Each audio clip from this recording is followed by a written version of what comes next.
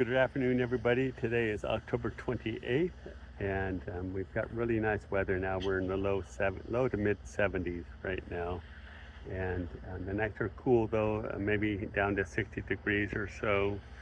And this is fairly typical for this time of year. And um, our chestnut harvest and marketing is essentially complete, um, and that's our last crop of the year. And figs. They're still producing some, but there's not really too much there. The days are shorter, and the cool weather stops further development of the fig. Just want to do a walkthrough of the property. I'll get out of the camera and um,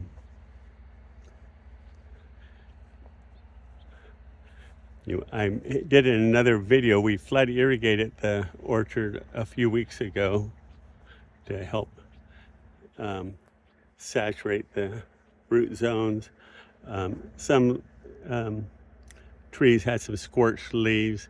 This end down here gets exposed to more of the strong breezes that we get throughout the summer, and so they don't look as good. Some leaves are dropping, but not too many. Yeah, it's not cool enough for that. We used to be able to drive down these rows quite easily, but not anymore. I did prune back some rows quite a bit last year, and it was just a lot of work. In fact, I have a big burn pile behind me. Some people say, "Oh, why don't you chip and mulch with it?" And it's a lot of work on this sort of scale. We do have a chipper, and we do sometimes chip branches if we have smaller quantities of them. So I want to just walk through and show more of our property here. As I've mentioned a few times before, and I'm doing this video somewhat to help answer questions that I keep getting asked about our farm for sale. My wife and I bought a home nearby, just 10 minutes away, a year and a half ago already. Our farm was in escrow at that time, and the buyer wasn't able to complete the sale, though he's still working on that. He had some obligations owed to him that weren't paid, and he's working on getting those collected. This is our Yangmei orchard. This is the largest producing orchard in the United States, and it keeps producing. And one example of why it keeps producing, we keep grafting more trees. And then some trees, this is one of the more difficult species to graft. This tree, we grafted, but it did not take. So we'll graft it again this coming winter here. Here we had a tree died, and we have a rootstock tree that we graft.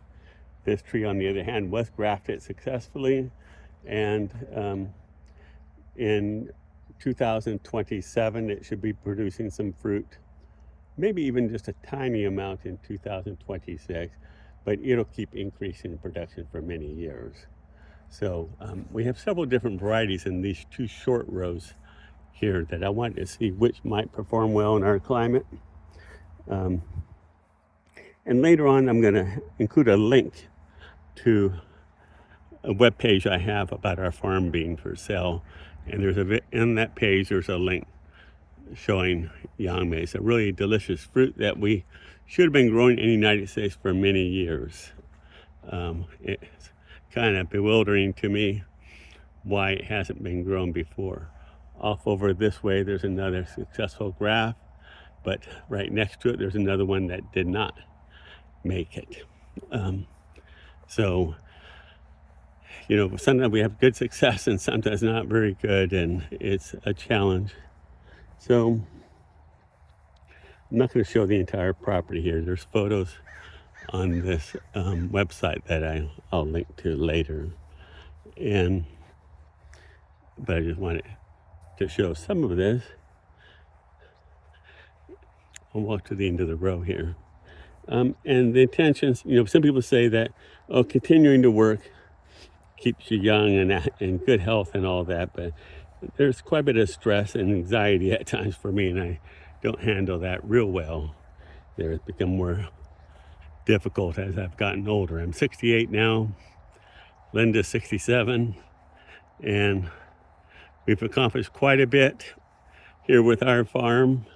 It was originally a pear orchard and then grains farmed, and I farmed pears for 5 years, and I made money on it one year, but a lot of spraying for disease and pests, and I didn't care to work so hard to lose money. We have a big high tunnel here, 30 foot by 96 foot. Our chestnut orchard's in the background.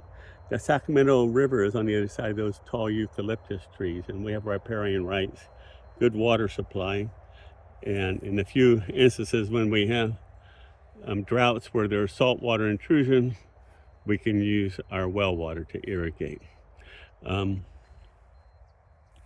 of our crops are very profitable, and I had worked in agricultural lending for close to 30 years, and I saw many people just growing commodity type crops, and that wasn't very interesting to me, and also I didn't like the risk associated with that. You have no control over export markets and trade disputes and even commodity prices, but the prices we receive for all of our items is quite strong, and so we make a profit every year, and this year was a record profit for us, while many farmers are losing money. Many wine grape vineyards, in fact, I originally was thinking about planting a wine grape vineyard here when we bought our farm in 1994, but again, I didn't like the prospects of that, because I'd seen in the 80s where we had a wine glut, and you have no control over that. And right now, about 50,000 acres of wine grapes are being removed in California because of oversupply of wine grapes. People are drinking less. So we're not faced with any of that. None of our crops are dependent on export markets. And so we're pretty much immune from anything like tariffs and so forth. My wife and I, we have a home in Madeira, Portugal, that we bought 2.5 years ago, and we don't plan to retire and move there. But we do want to spend more time there. But if we are successful in finding a buyer for our farm, we do agree to help train the new owners. And so we live close by, or we have a home close by that we'll move to. And our websites and social media accounts would transfer with the sale if all the terms are acceptable. And right now, I figure about 17 weeks out of the year, Linda and I work moderately to very intensely. Like for the last couple of weeks with chestnuts, it's been fairly slow, but we had a couple of weeks that was very peak. And then fig cutting season is something that's pretty intense. We work long hours during that period for at least 4 weeks out of the winter. We prune for a couple of weeks, update our website, and then ship orders for about 5 weeks or so, or as long as we want to keep selling cuttings. We print orders at nighttime and ship orders all during the day. Then it takes us several weeks just to get all of our orders printed out. So we have around 1,500 orders. So one thing, it's not noisy now. There's a gas well next door here, and they're working on that. There was quite a bit of noise reworking that gas well. We do have one gas well on our property. We don't own the mineral rights, but we do get free gas for our home. So we heat our home essentially for free. We have a solar system that covers essentially all of our electricity needs. We have over 20 acres, about 25 acres of ground that we rent out to alfalfa I used to farm it myself, but I had enough work getting this Yangmei orchard established and just didn't want to work that hard moving sprinkler pipe and so forth. But much of that ground could be planted to more orchards. I highly recommend that any buyer of our farm plant more chestnuts because we sell out of our chestnuts very easily. We don't do any advertising.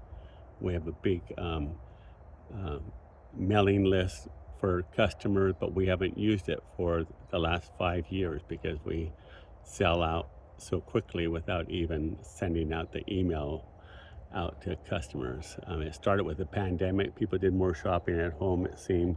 It still has continued strong after that. So we should double or triple the chestnut acreage. I would have done it if I was younger, but I don't want to work harder. So there's other crops that could be grown too. I wouldn't expand the Yangmei orchard because this orchard will continue to increase in production over at least the next 5 years. And so we want to come on too fast with a new crop like this and keep introducing it to customers. I don't sell trees. I don't sell cuttings. Our fruit is marketed through Yangmei, where we have a contract, and we're not permitted to do that. And I don't have any interest in taking time to sell Yangmei trees and so forth anyway. There are some people that sell them online for really high prices. And I don't give advice to people on how to start orchards and all that. That's not to my benefit. So, but we do have a very successful operation here. And if someone younger wants to come on and run it and buy our farm, we would love to work with you. And we will help out, but we also want to be able to come and pick some fruit for ourselves once in a while.